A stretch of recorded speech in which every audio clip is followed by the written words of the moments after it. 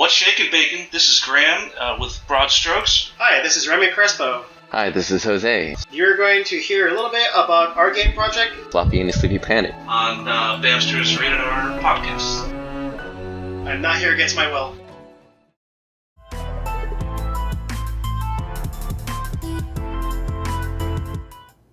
Hey, and welcome back to another Bamster's Rated R show. This week, we'll be interviewing the developers behind Floppy and the Sleepy Planet.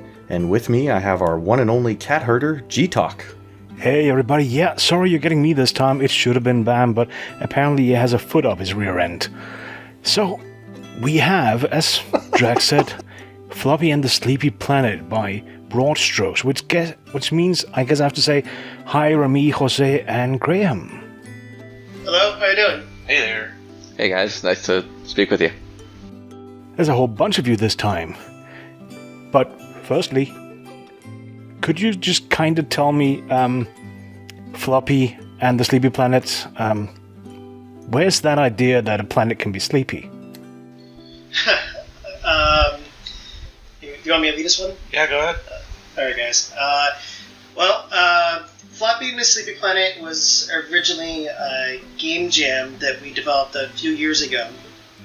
And it went by a different title and different everything else, but we kept the spirit of a rabbit that was running and charge jumping. And then we kind of really liked the direction that we were doing with this game because it was very cutesy and it was very colorful. And we've all worked in the game industry for years, working on more larger titles. Usually not very, what's the nice word? Friendly games. Like we worked on like Borderlands, we worked on World of Tanks, very, very violent things. Those are still good credentials. We're all ex-game industry.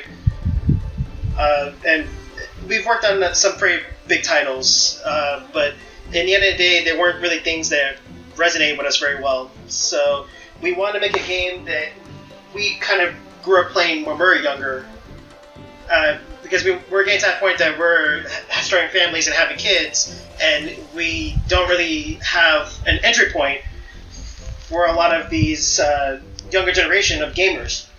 And we decided that we wanted to kind of be another game that you won't be afraid to interest your kids to. So we came up with the idea of Floppy and the Sleepy Planet, quote unquote, as that kind of bridge. And we kind of been tailoring a lot of our game around very wholesome experiences, like Nintendo and Disney, and even Studio Ghibli films. Hence why we've been kind of treating it kind of like a game that is this big magical world, because we want to create a game that felt interesting to explore. And part of the inspiration is, especially with our cutscenes, we want to make it like storybook-like for children. So that's where we came up with the concept of Sleepy Planet. It's very fantastical, very much something that you would see in a children's storybook. Very much like a children's storybook being read to you. So, in terms of inspiration, perhaps a little bit of The Little Prince here? Ironically, at one point, that was in our design pillars. We have a big whiteboard of movies, animations, anime, cartoons, films that were all directions that we pulled from, and Little Prince was one of them. I would say it sounds a little bit like it with all this, is it fair to say, almost fantastical world that your little Robbit runs around on? Yes, absolutely. We wanted to make this world that felt alive, but also felt very different than our own. One of the big goals we're going for with this is Floppy's, trying to find his family, and as part of it, we're going to try and take the players on an emotional journey of exploring this planet and seeing what secrets it has, and kind of unfolding the story as you go along. How about you introduce us a little bit to the world that the game takes place in, and can you tell us a little bit about the backstory? Sure. You want the quick pitch of it? Sure. Okay, so Floppy is been flying through outer space for a long time. He's in his little tiny TARDIS spaceship that looks like an Easter egg that flies through outer space. And as the narrative is told, as Jose mentioned, it's very much like a Truman storybook. It's being read to you like almost like a papercraft play that's being played out. And Floppy's been for a very long time searching for his family. He's very lonely because he can't remember what happened to his parents. So he's been searching for them ever since. We don't really have a time period. We're just saying that it's been a very long time. So while exploring through outer space, he hits an asteroid and crash lands on this planet. And his spaceship is in basically disarray and totally just damaged. So he's very scared on this very unusual planet that's he's left alone on. But in the very beginning of his journey, he meets another character, the second character that you interact with, named Kara, who happens to look like a little floating stone carrot figurine, who helps Floppy along the way. But as far as the narrative is concerned, Kara kind of already knows who Floppy is. And it's very unusual because Floppy's never been here.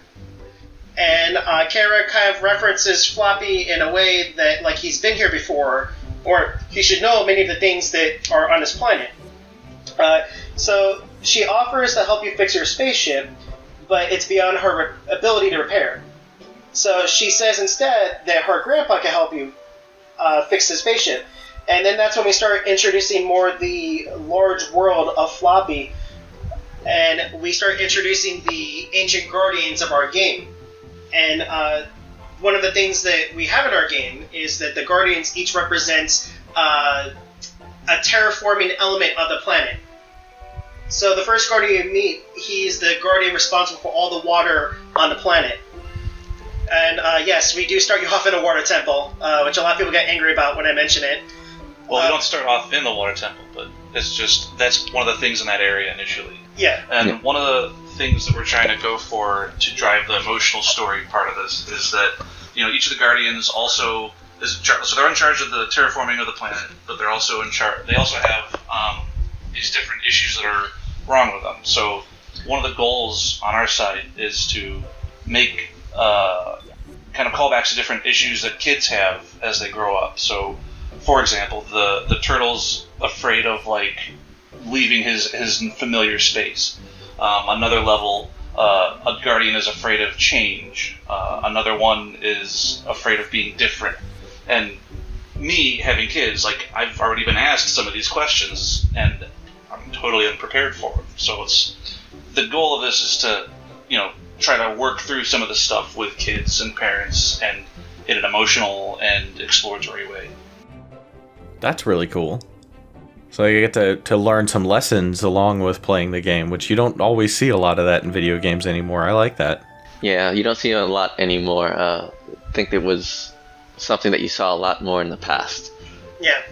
That's the reason why I jokingly say we tailor our design after both Nintendo and Disney, but I don't mean Disney in a modern sense.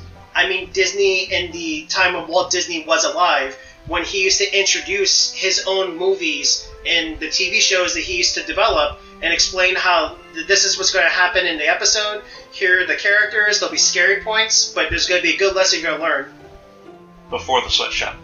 Yeah, before... Yeah, Please before the sweatshop. This is why Grandma's the background. Oh, we should go back here? So I guess a little more about the development team. Where exactly are you guys based at, and how many of you are there? Oh boy, that's a loaded question. So there's a few answers to this. There's three of us right here in Florida right now talking to you guys, but we have people basically across the U.S. and our other business partners actually in Germany. So we're all mostly remote, and we're all kind of all over the place, really. Yeah, we have guys in Quebec. We have, like Graham mentioned, Germany, throughout the United States, on all the coast. What would you say we have in total, Remi? It's about 15 people I that want are to say helping. in total, as far as the core team, if it comes down to the main figureheads, it's obviously us 4. Then as far as the dev team, we are like roughly 10 people in total.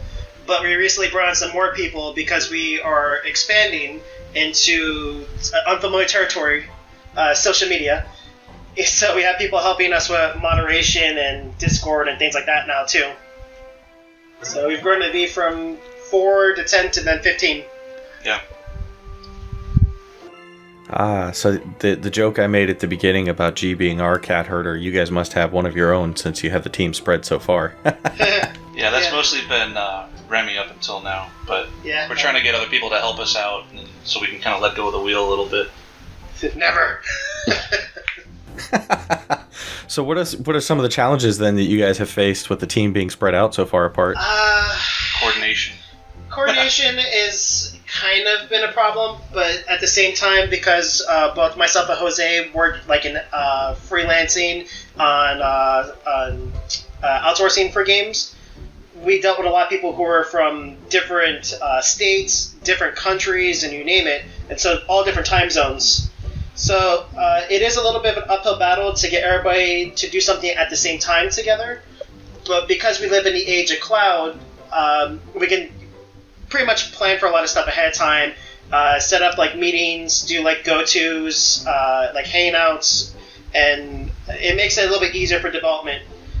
But it definitely is difficult to not have everybody at the same time zone. So sometimes we get answers questioned like a day or two later when we could have answered it 2 days prior. It was one of those things it can be annoying, but it can also be a benefit. Like we will record something over here in Europe and throw it at Drag over in the US, and while we're asleep, he works on it. So it's one of those. It can be a blessing and it can be a nightmare. Yeah. Yeah, sometimes it does work out, but there have been challenges. Yeah. And also, most of us are working on this on our free time, so this is all being done moonlighting. So that throws another monkey wrench because all of us have full-time jobs. Yeah.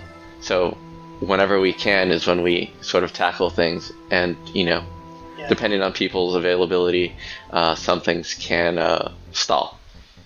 We've been very diligent about trying to keep a schedule, though. So on Tuesdays and Thursdays are our development nights that we work. As we are right now, the 3 of us are currently in our American Broad Strokes office, which is not Graham's extra office in his house. It is a real place that we rent. And then on Saturdays are like our big stand-up days where we meet with the team and we talk about what we're doing for the week, and we kind of catch people up, and then we kind of work all Saturday. That's how we've been doing the project for the last year and a half. That's a good approach. That's a healthy approach, having fixed times and fixed arrangements. Yeah, we worked. Well, let me rephrase this. I have, for many years, tried to make my own game projects, and I've made probably over 10 different failed prototypes over the years. Remember, we're professionals. Yeah, they're not failures, they're just experiences. Yes, but I very much before ran into the problem, like you just said, like where I didn't schedule things correctly, and I learned from those that I can't just keep going and going. I have to kind of set times, and then that way it's a way to keep momentum, but also be held accountable. So it's easier. And I should probably say, in case you guys don't know, my background is in project management and production, so that's sort of where I'm used to exist. Making sure people show up on time and being where they need to be and follow steps. So I can just say the way you're doing it now sounds like you're doing it the right way. Thanks. It has been a challenge, especially because our budget is nil. So, we the founders, we do cash calls every once in a while to try to get whatever it is that we need that we have to pay for. But right now it's pretty much every person that's working on the project is somebody we've worked for in the past or worked with in the past and we've become friends with. So it's really just a bunch of friends getting together and trying to make this a reality. Yep. Is it fair to say labor of love? It is fair to say a labor of love. Get back to work. Yeah, at this point, like it's something I really want to see through because it's a game that, as we're building it, like I've fallen more in love with it because it's something I want to play with my daughter at one day. Yeah. Oh, and by the way, his daughters do play the game, and they are very, they're taskmasters. Like They're really critical. Yeah. Definitely. When we first showed them the first prototype, before we went out to GDC to show it off, we showed it to Graham's oldest daughter, and she was like, "Where are the castles and the rainbows and the butterflies and the unicorns?" Ooh. So we ended up having to put in rainbows and castles and butterflies. And we had her play it again, and she was like, "Where's the unicorn?" Yeah, it's okay. Yeah, Where's the unicorn? And then immediately I'm like, you calm down, creative director. She's like 5. Nice.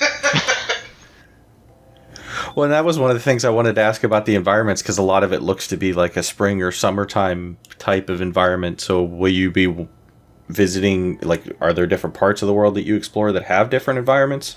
So they're not publicly being shown just yet, but our plan is we're going to have 5 worlds.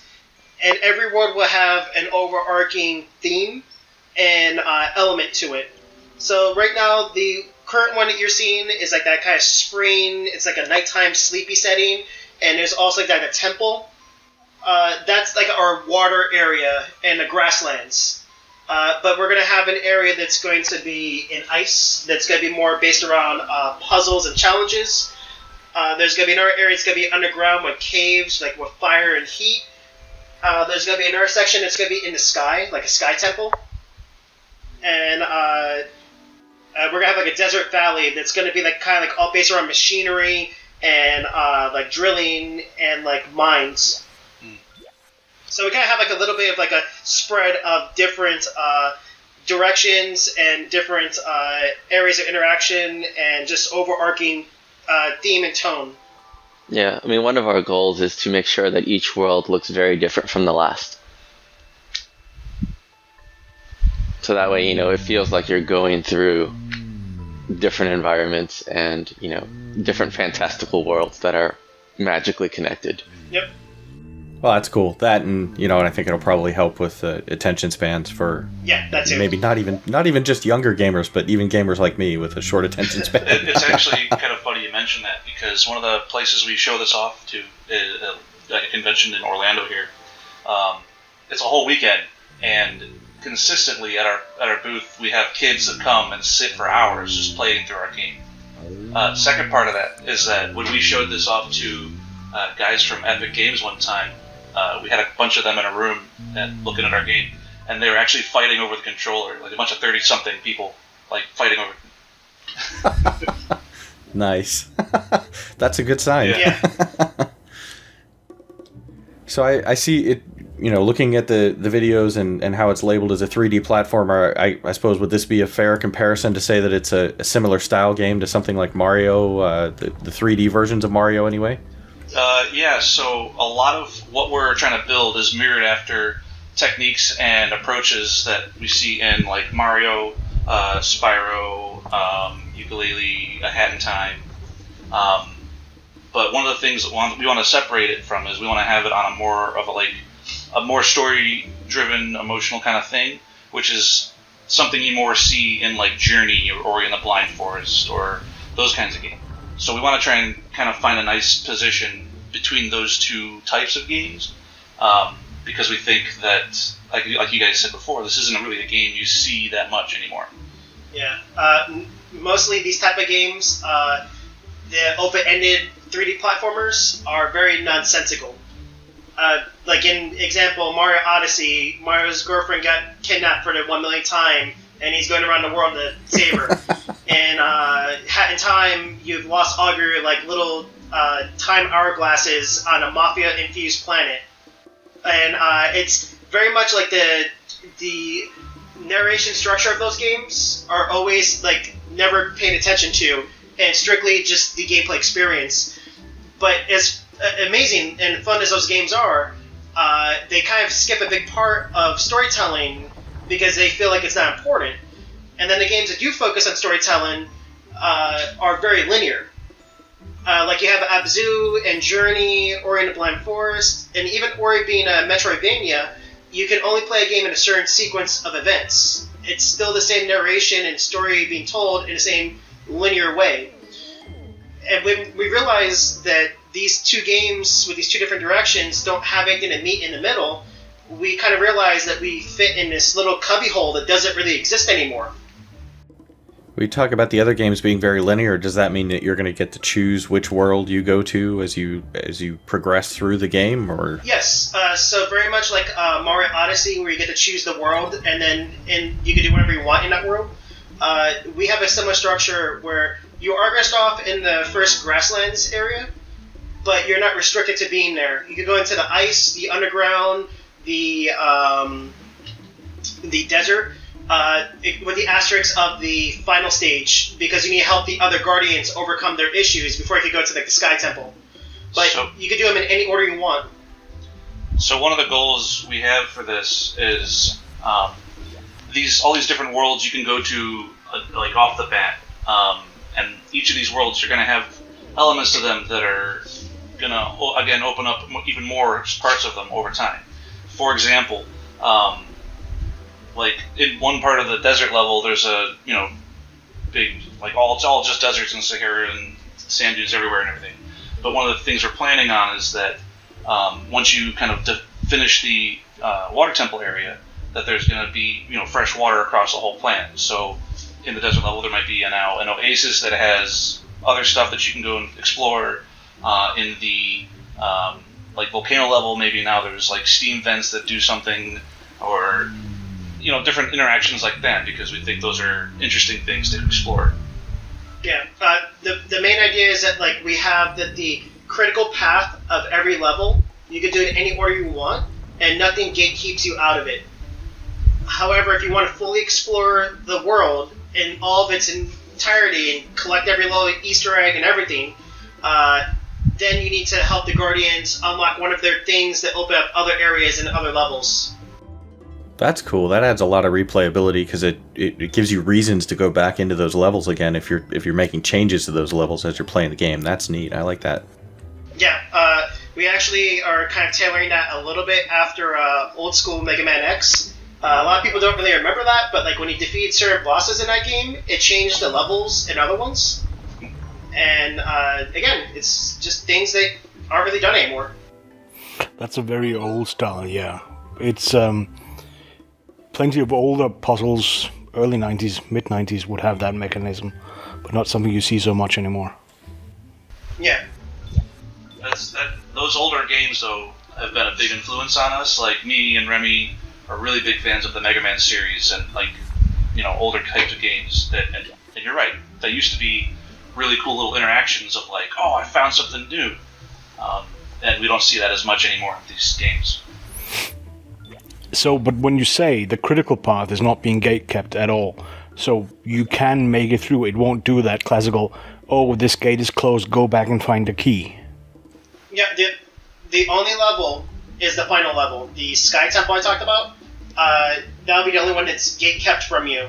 But you can go to, the desert area, go meet the Guardian there, help the Guardian, and then instead of going to the ice level, you can go to the fire level. Or you can go back to the grass level. It's any order you want. And you can get from the beginning of that level to, finishing what the Guardian needs help with without having any extra stuff. But the extra stuff's going to be there for you to explore and see different things, unlock extra parts of the story, and really kind of show you what this whole, game is, or what the world you're in, came from. So when you then need to go back or want to go back through a level, are there any fast travel options, or do you have to bunny hop all the way through? It's not currently built, but it's in design. We're going to have a checkpoint system. So very much in this game, you don't die. And the character doesn't really fight enemies in the game. However, the environment is the enemy, if that makes sense. So if you fall off a ledge, he will teleport back to the previous point just before his jumping, but there's only so many resets that the character gets. Eventually he will get teleported back to a checkpoint previous in the level. So instead of dying, you lose progress. And then once you do discover these checkpoints, you can at any point fast travel from one to the other. And if you want to go from world to world, you go back to the spaceship which is like the main hub of the game, and you can go from world to world that way. When you say there's no real violence in the game, there's just the environment being the enemy. There's no need to shoot anybody, basically. Yeah. Are we a little bit looking in the same order as, for example, Subnautica, where there is a defensive? A little bit like that. There will be like environmental hazards. Like we're definitely going to have like in the final world, like more things that can like kind of harm Floppy, but like they won't kill Floppy, if that makes sense. So still more of a hindrance than actual enemies. Yes. Okay, and you're keeping that whole pacifist approach then through the game, that you have to solve things as opposed to kill things. Yes, the main pillar of the game is non-violence. We are helping the Guardians overcome their issues, not fighting or conflicting with anyone. I like that. That's a good approach. Yeah, it's a very hard approach. Oh, I can imagine, because there's plenty of games out there where the solution is to hit something with a hammer. It's the opposite direction is a little bit different, and it's, yeah, I'm gonna say it's difficult to design games, or at least it seems to be difficult to design games that doesn't just, how many points can you get, how many enemies can you shoot.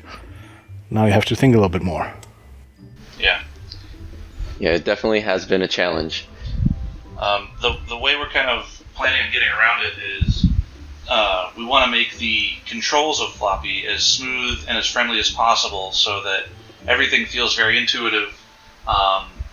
And if you want to go somewhere, like, you don't have to worry about getting caught up with how the game feels to play, because it's just you jumping around and doing things in the world. So we want to make that experience as friendly and as smooth as possible. But looking at the video, one of the mechanics is this charged bunny jump, where you kind of aim an arrow and then jump. Isn't that going to be awkward to play? Again, mechanically, because it doesn't show you where you land, just you are propelling yourself in a given direction. So yes, that has been something from the very beginning where people have asked for give me an indication where I'm going to land. But then, because it's a platformer, doing that kind of takes away the joy and the fun of the exploring of your jump. So we elected to add more movement tech and safety features to make it more accessible for a player. So they can choose where they want to charge for the power and whatever angle they want to go. But if they feel like they're going to overshoot it, or if they feel like they're going to miss, or whatever, we have a couple of different ways for them to correct that. Like, we have ways to stop their momentum. We have ways for them to even reset to the point just before jumping. We refer to it as the reset system. So that kind of goes into, the charge jump is one way of jumping around. That's like a very strategic moment, like, okay, I want to line it up here, go this way. But then once you kind of start jumping, like, we have a lot of ways to keep your momentum going. So you have your ability to glide, we have an ability to basically do a slam downward, and a way to kind of dash in a different direction. And with all of these things, after that charge jump, there's a lot of ways that you kind of keep your momentum going around the level and off of certain things. We even have, it's because we like Mega Man, we actually put in the Mega Man wall grab and wall slide. So it's a lot of fun little activities you can do to get from point A to point B. Another thing that we are trying to, it's on our game plan, we still haven't gotten around to it yet, is asymmetrical co-op. So a parent can come in and control Kara, and they could actually start sort of tweaking where their child is going to land and how their child is in the air and how they're positioned, just to help them out. But again, that's very early in prototype. I was wanting to ask about that because I saw, I think one of the videos, it looked like the rock Kara was carrying the bunny some way, and I didn't know if that was a mechanic that was built in that you could make use of, or how that worked. So the Kara companion is in single player, she will follow you around and help you do all of these activities. We have controller inputs to take care of that. When we get to the point where we have asymmetric multiplayer, one person will be doing Floppy, the other one will actually take control of Kara. Similar to how Cappy helps Mario in Mario Odyssey. And they'll be able to do the different actions to help out Floppy get to where they need to go. So, like, the idea that we wanted to keep with that was that Floppy acted as the way of transportation and the muscle, essentially, whereas Kara's the finesse and the interactions with the worlds. So anytime there's like a puzzle or something to unlock or like lock and key or whatever, Kara's the mechanism that interacts with that. But as far as getting somewhere, like, getting to that far distance or trying to get on top of something or whatever, that's all Floppy. When I saw a couple things about some of the different puzzles that are in there, it looks almost like little mini games that are inside the game. What kind of challenges did you guys have when designing those, especially, targeting a certain age group, trying to make sure that it wasn't too frustrating? So yeah, that's actually been a big hurdle that we're constantly trying to refine and explore. One of the things that we wanted to do with the different mini games is make them modular in such a way that they can scale in difficulty from a very easy setting or an easy puzzle, and then have enough flexibility to make the complexity ramp up over the course of different challenges. But definitely designing some of these has been a little bit of a challenge, because things that we think are easy and accessible, when we give it to somebody who's much younger, we realize that we accidentally made it too hard. But luckily, since we have a playtester at the right age range within walking distance of us, we can kind of sometimes prototype these things quickly and just see, like, how would a 5 or 6 year old even handle this? And there's also been cases where we think something is way too hard, and then my daughter would come in and be like, "Oh, this is how we do it," and we're like, "Oh, we've been worrying about this for wrong reasons." Yeah, it's funny. Sometimes kids, because maybe they don't have as many experiences and they can see things a little more clearly in some ways, more simply, they're able to just run right through it. Yeah, definitely. So one of the other things I saw on Twitter when I was going through the feed was it looked like there was a 3D model of Floppy with a bandana and an eye patch. So I guess there's going to be some different costumes that you can unlock. How does that work, and how many different costumes can we expect? Oh boy, I can answer that because I was the one that made that. So that was the actual high poly sculpt from ZBrush of Floppy. And you're right, we have these different costumes that you can unlock in Floppy. So very much like we mentioned before, you go back to worlds and explore them, but there needs to be reward for doing so. So we've learned, especially in this age of microtransaction, that cosmetics are like the number one thing that people just love in these games because it personalizes the character to them. So we decided that the Easter eggs that you literally collect in a game can unlock different costumes or concept art or whatever to Floppy. So we're trying to make it that every world has X amount of Easter eggs, and you can unlock like between 5 or maybe 10 costumes for that world. We haven't really committed to a number because we really haven't figured out how many we're going to put in a game just yet. But we did make a couple of them for fun. Like we made Pirate Floppy, we made Jackalope Floppy, we made, I can't say it because of copyright reasons, it was supposed to be inspired by Gurren Lagann, but we refer to it as Space Commander Floppy. But he even has this, he has like the Kamina sunglasses and like the little cape. And we made like the logo Floppy with the glasses on, with the flame on the back.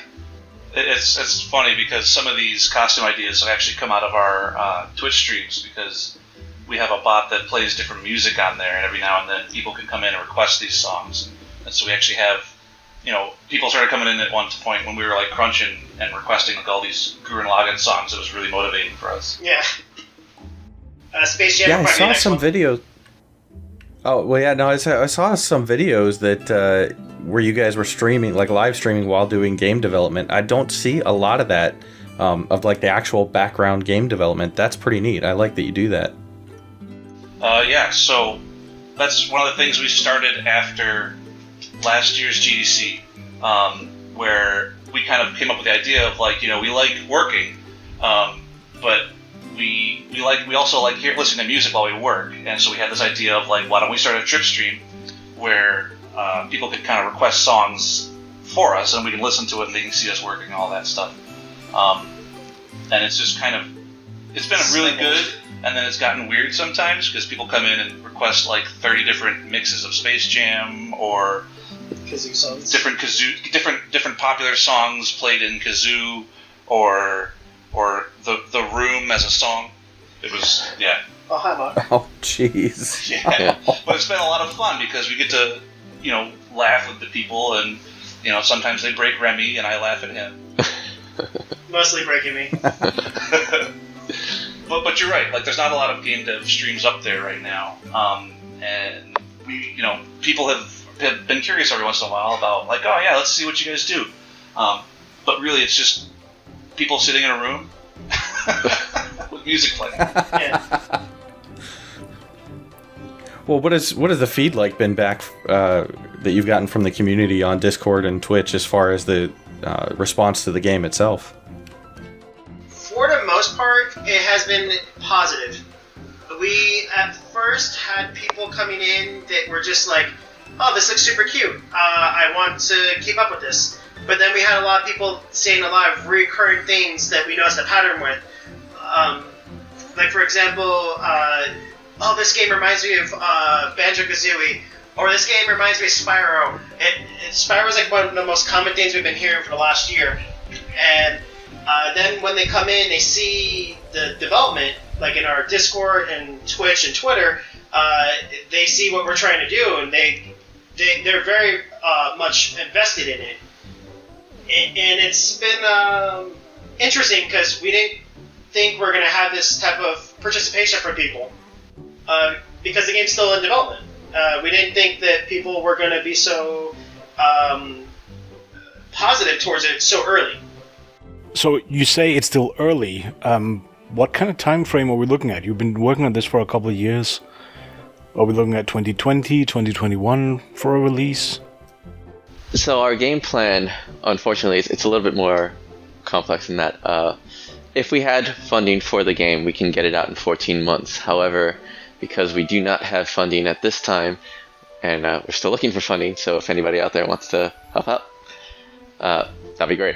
But right now, everybody's doing it on their free time, so it's kind of hard to pinpoint an exact date, just because everybody's working on it on their free time. Well, then, if you're looking for funding, I should say I saw there was a Patreon somewhere when I googled your name. But funny you should mention that. We just soft-launched that like yesterday. Okay. We were going to aggressively start posting on social media this weekend after this interview because that was something that we were doing after GDC. We wanted to kind of have a way for people to kind of not only come back to us, but also if they like what we're doing, just support. Well, people listening, there you have it. If you want to support these people, jump over to the Patreon that I was apparently not supposed to ask about, and support them. And there'll be little updates along the way. Yes, and please. Whoops. No, that's actually fine that you talked about it. We're totally okay with it. One of the things we've actually found out from talking to people at GDC the past few years is that indie games actually are really hard to get funded until like the last few months. That's when people then are like, oh yeah, totally, I'll give you money. But like people in our situation, it's such a high risk for anyone to try to like, hey, I'm gonna give you a bunch of money to finish this game. It's studios like us are more or less left to our own means to get the game up there. But then, for example, if there's a way of supporting you via your Twitch streams, if there's Patreon, or you then foregoing the ever classical crowdfunding, the Kickstarter. Do you want me to answer this one? Or you want to answer this one? So we all have a little bit of different thoughts on Kickstarter. I'll do mine first.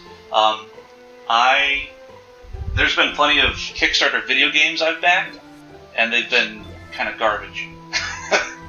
And I think Kickstarter has kind of a stigma to video game backed projects now that, like, I've had enough duds where I'm just like, I'm not interested.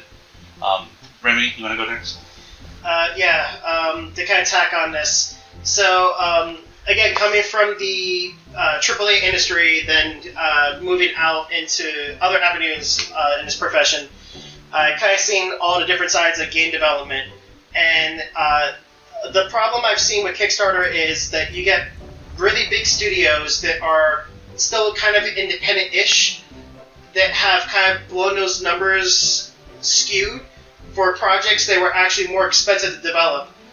And what a lot of people don't know is that those projects were mostly self-funded by the studio itself before they went to Kickstarter. And then smaller teams that have almost no experience developing games get these small budgets, and then they don't realize it's not enough to finish the project. And the community can turn really nasty real quick. And that kind of worries me on a professional level, because it's expectation that you set. And as soon as that expectation is not met, people get really nasty towards you. And that's a fear that I personally have going down Kickstarter, because as soon as we ask for an amount, if for whatever reason that amount just wasn't enough to finish what we needed, and we don't come through what we said we're going to do, then the community looks at us like we stole their money. Even though in reality we did everything we could with the money, and then that leads to a lot of issues on our end where we have to meet the expectation, and that means that we're going to have to do things that we're not planned for that could turn really nasty for us personally. There's been a few Kickstarters that I've been a part, like I've backed, and I've followed the updates over time, and it got to a point, like a few cases, where the guy was like, yeah, my money's all gone, I just lost my house, and my wife left me, I don't know what's going to happen with the project. And it's just like, geez, like that, we definitely don't want that to happen to us. Yeah. So, for Kickstarter, I think it'd be a really good use of Kickstarter would be towards the end of the project, when it's pretty much done and we're just looking for marketing money. And at that point, I see it being really useful to gain some additional funds to market the game more, and also to gauge the interest in the game, at least on the PC platform. Our target platform is the Switch. So that's our primary target, and the data, or at least what I've researched, it says that Switch users generally don't back a Patreon. Sorry, not Patreon, Kickstarter. But the Kickstarters do give you a good gauge of how many people would be interested in buying the game. So from a marketing perspective, I think it'd be really helpful that way. That's definitely a valid approach. I think I was watching a presentation by Kickstarter a while back, and that sort of falls in line with what we saw there.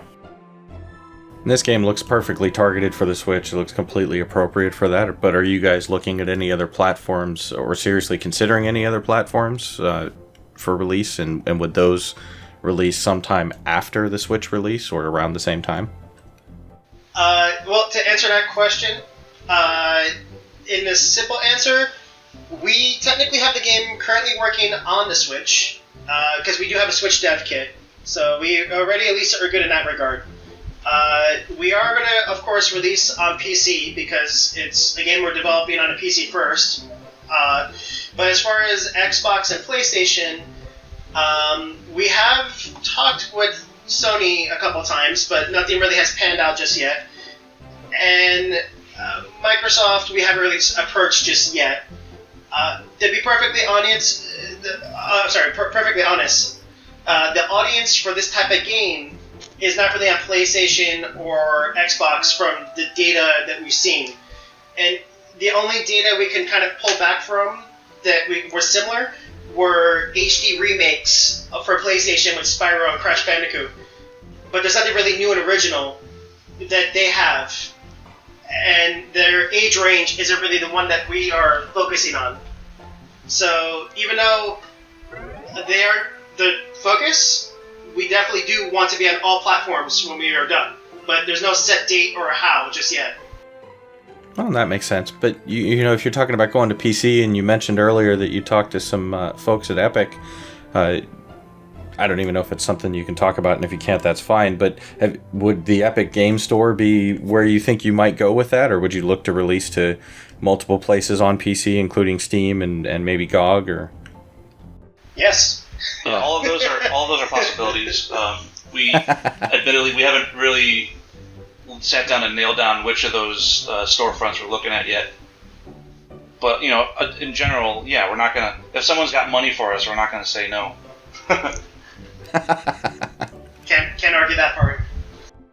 Well, looking at it from the PlayStation side, I would say it should be a fit. There's a lot of fairly casual gaming on the PlayStation, so I would be surprised if it couldn't work there. Yeah, we did talk to Sony a little bit last year or so, but you know, the general consensus has always been, you know, it's not far enough along to really start talking seriously. So it's definitely on our radar, and we are aware of it. Yeah. I mean, at the end of the day, we want to be everywhere. If I may, just for me personally, put it on the Mac. Just saying. Sure. We'll work on that too. Yeah, you might only sell one to me, but... No, it might be 2 or 3. Our audio guys only have Macs, so yeah, they'll buy a copy.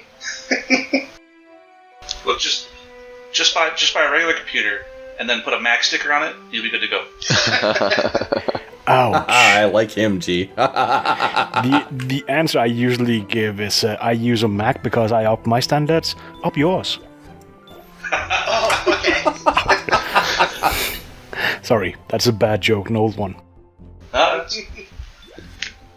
Remember when they used to have the PC in the I'm a Mac commercial? Oh, those are my favorite. Yeah, we're old. Yeah, those are really old.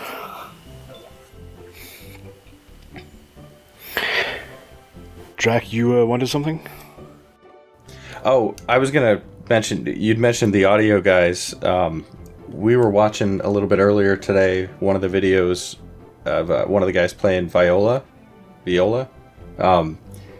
Extremely impressive. Like, I mean, the music sounds great, but then just, you know, getting to sit there and kind of watch a little clip and hear him playing that's really awesome. How did you guys manage to land him for the game development? And you know, where did he pull, or where did your audio guys pull inspiration from when it came to, like, you know, making the music for the game? Okay, well, I guess I can answer this one again.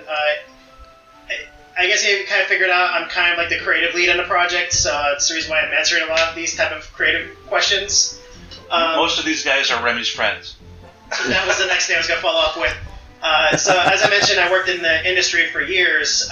Prior to this, I had a small company that I was outsourcing for games and film, and a lot of these guys that have helped on this project were previous contractors I found at certain points for different projects.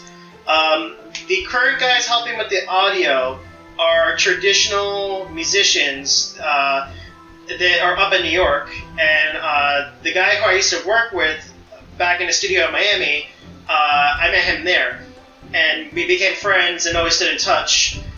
And as I've been developing these type of projects, he always wanted to create more game-esque audio, and he always would supply audio to me for projects I worked on. So we already had like a dynamic working for the last couple of years, and after I mentioned that this game is mentioned to be more like a Disney Ghibli film, he suggested the idea that we do a more softer direction with audio to reflect the storybook nature of our game. And that has resonated so well when we showed it to people. One of the goals for this game, we are doing pretty well, I think, is that we want to have all of our music and stuff done with physical, real instruments. So this has been a perfect fit with these guys right now, too. Yeah, from everything I've heard thus far, the music is phenomenal. So yeah, well done. Sean and Rob did awesome. Yeah, we'll pass along your praise. Or they'll hear it. Yeah. I'll actually add to that. It does really sound great. The whole use of the viola that we heard, particularly in that video, works really well with what seems, again, very pacifist game, but with the whole background, with the characters, it seems to fit in quite nicely. That's good to hear. Awesome, thank you. All right, G, I know we're coming up on the hour, so you about ready for your contractually obligated question? Oh god, am I the one doing that one? Yeah, well, when I'm with Bam, he always makes me do it, so now it's your turn. Oh, you're punching downwards. Okay. Actually, there's one question I want to ask all the way from the start. It was something you guys said. So you designed the puzzles and the main obstacles, the guardians, as somebody who you have to help them along, solve a problem they have that kids themselves could have experienced. To what degree are you basing that, as you said, your parents yourselves, but have you talked to psychologists, etc., teachers, anybody with the formal training in this area? Or are you going more by, or just are you going more by your own experiences and watching your own kids? So that is something that we have not done yet, is talk to people who are professionally trained. It is something that has come up with different interactions and questions that my kids have had already while they're growing up. And the first few ones, it's like, I'm totally caught off guard. Like, wait, what? This is a thing I have to think about? Because they think about things in such a different way.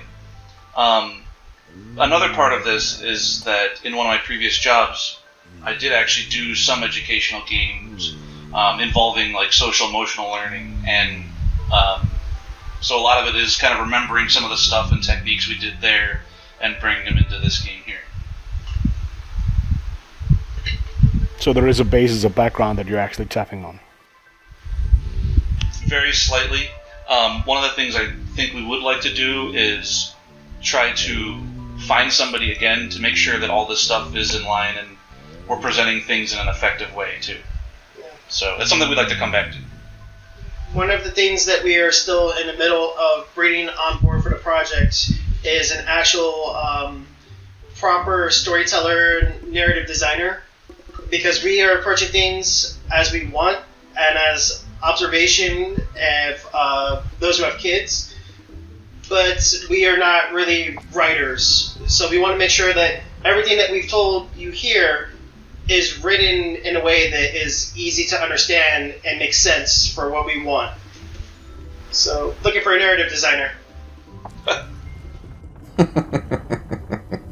have a person we're thinking, so it's not like we're in the dark. I know a person. I always know a person. It's good that these are things that you're thinking about, and say, if you're still looking for these, then it's an area that can still develop on. Then, Drax, should I ask that question that I apparently am contractually obligated to ask? Take it away, G. Graham, Remi, Jose, sorry about this one. It's a question we ask everybody. It has nothing to do with gaming, but more about the three of you.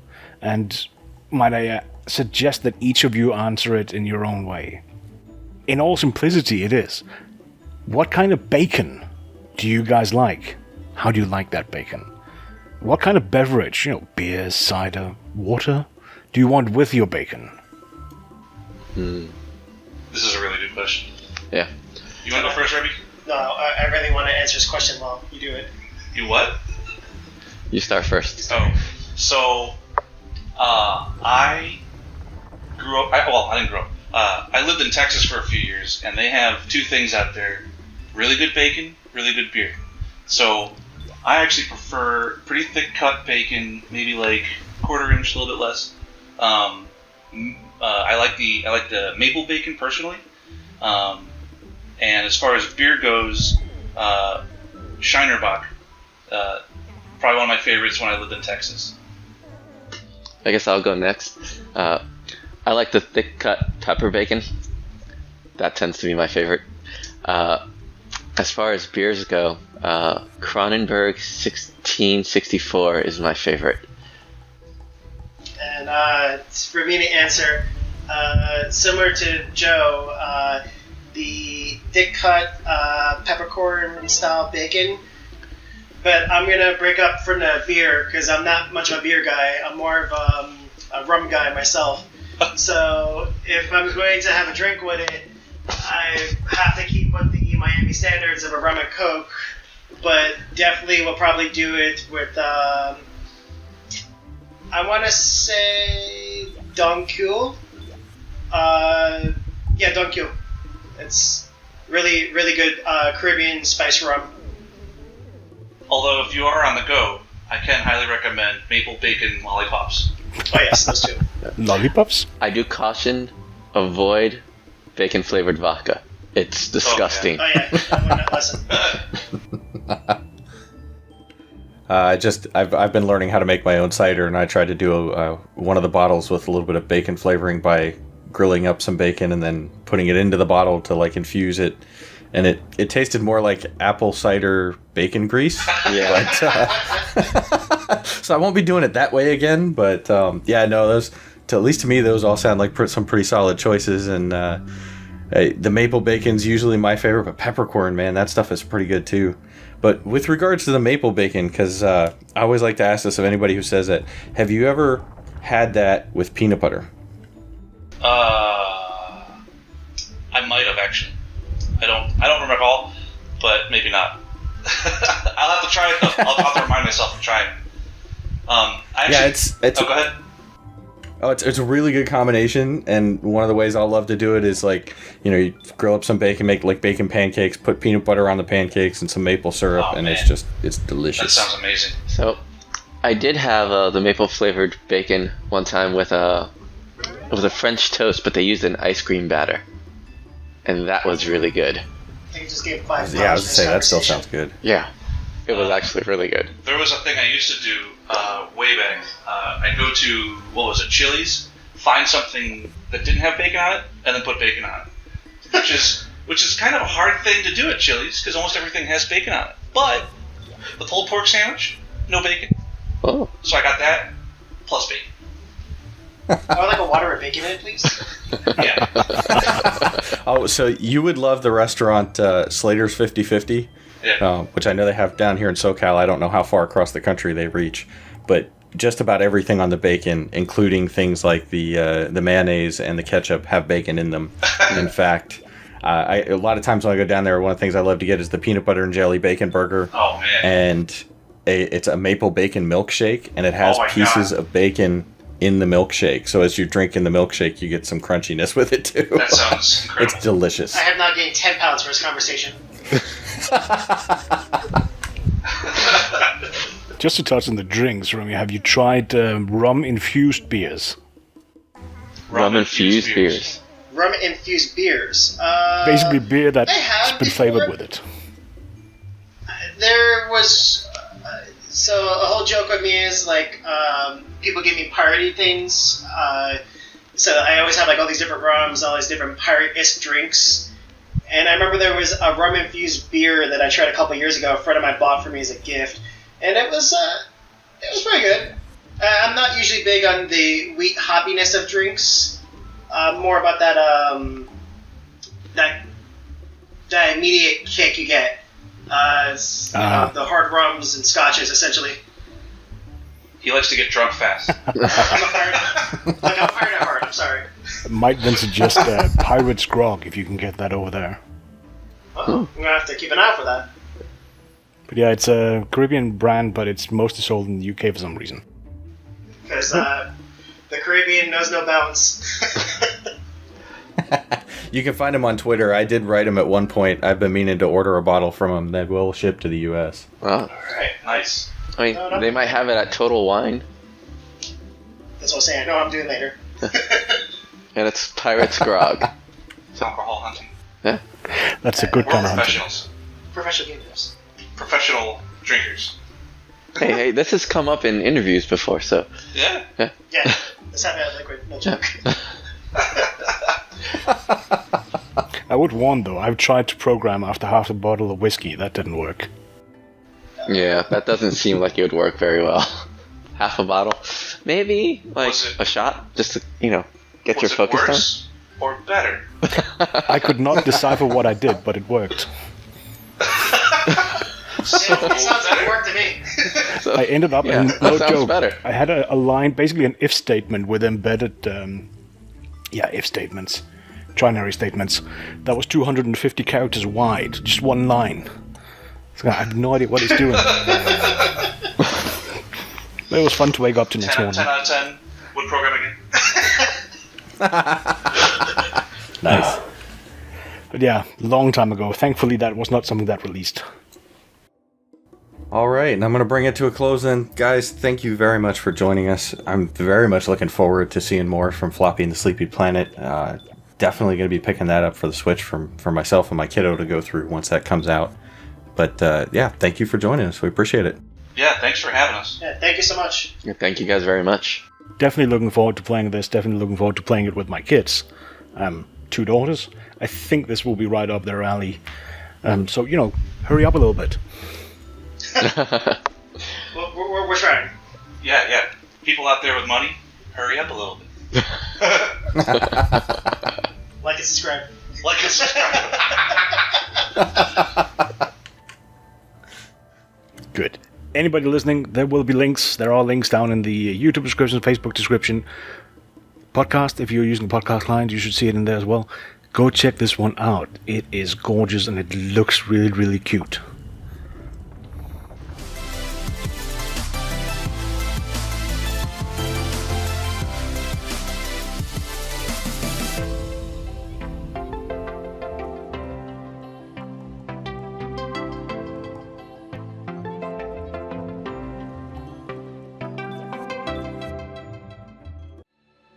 Come on, do another one. Do you want us to do more? Yeah, if you got another one, You got go another one ahead. ready? We got plenty. Don't worry. Yeah, do another one. Do another one. Yeah. You do it. You do it. You do the rated R This is show. the rated R show. You do You it. told me you wanted to do it. No, you want to do it. So this is Broad Strokes, and we're here on the Bamsters Rated R Show. We're professionals. Work at Floppy and the Sleepy Planet. Where's my chicken? Oh, you want the floor chicken?